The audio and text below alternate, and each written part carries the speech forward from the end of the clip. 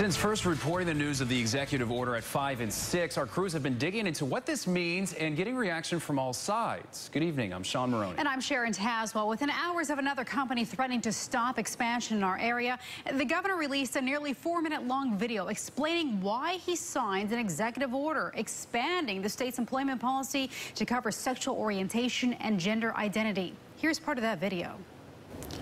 You know, after listening to people's feedback during the past several weeks on this issue, I have come to the conclusion that there's a great deal of misinformation, misinterpretation, confusion, passion, and frankly, selective outrage and hypocrisy, especially against the great state of North Carolina.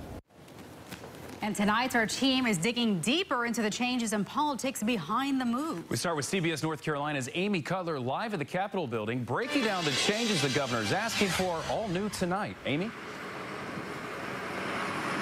Well, Sean, the governor announced that he had signed that executive order to amend House Bill 2 this afternoon. But for the second part of this, he'll need the support of the General Assembly.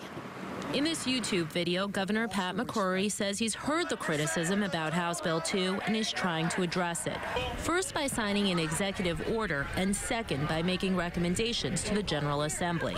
But why take action on one issue and wait for the legislature on the other? We had some questions regarding the governor's executive order and his recommendations, so we came here to the state capitol to speak with his press office, and they did provide some clarification. The governor's office says the executive order involves state employees. It means those employees can't be discriminated against for their sexual orientation or gender identity. That, they tell us, was within the governor's power. Next, McCrory is asking the General Assembly to reinstate the right for individuals to sue in state court for discrimination. He cannot change the law through an executive order. He can tell us what kind of practice that North Carolina, at least in the agencies that he oversees, is going to have, but he cannot change legally what the law prohibits. But the governor was also very clear about his continued support for HB 2, for the importance of gender-specific restrooms, and for the right for private businesses to determine their own policies when it comes to this issue.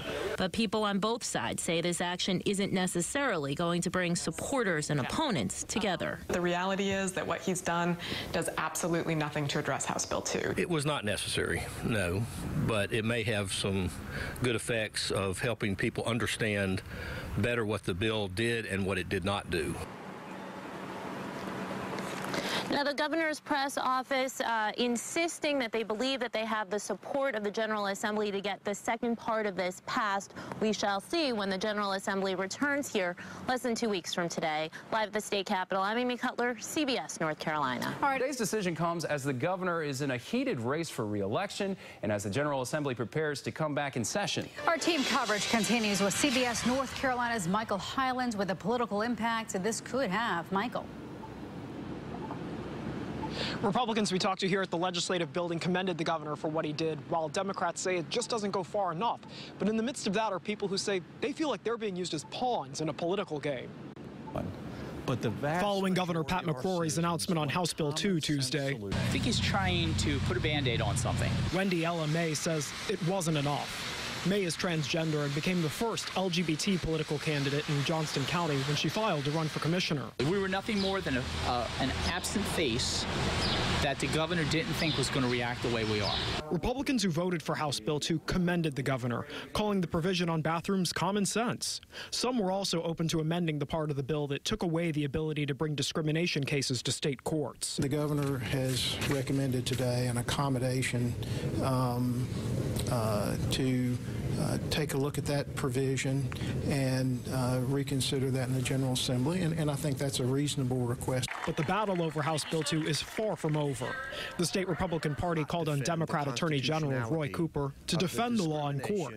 Cooper's running against McCrory for governor and called the bill unconstitutional. I think this is going to be, at least for the next conceivable future, you know, the major fundraising push for both gubernatorial candidates. Meredith College political analyst David McClennan says he expects protests to continue into the summer and for this to be one of the key issues in this fall's campaign.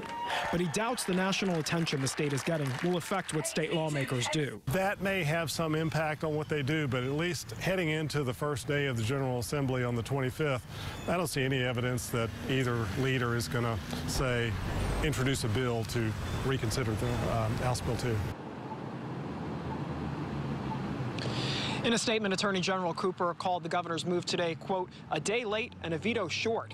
He says the law needs to be repealed, saying it's discriminatory and has cost the state hundreds of jobs. Live in Raleigh, Michael Hyland, CBS North Carolina.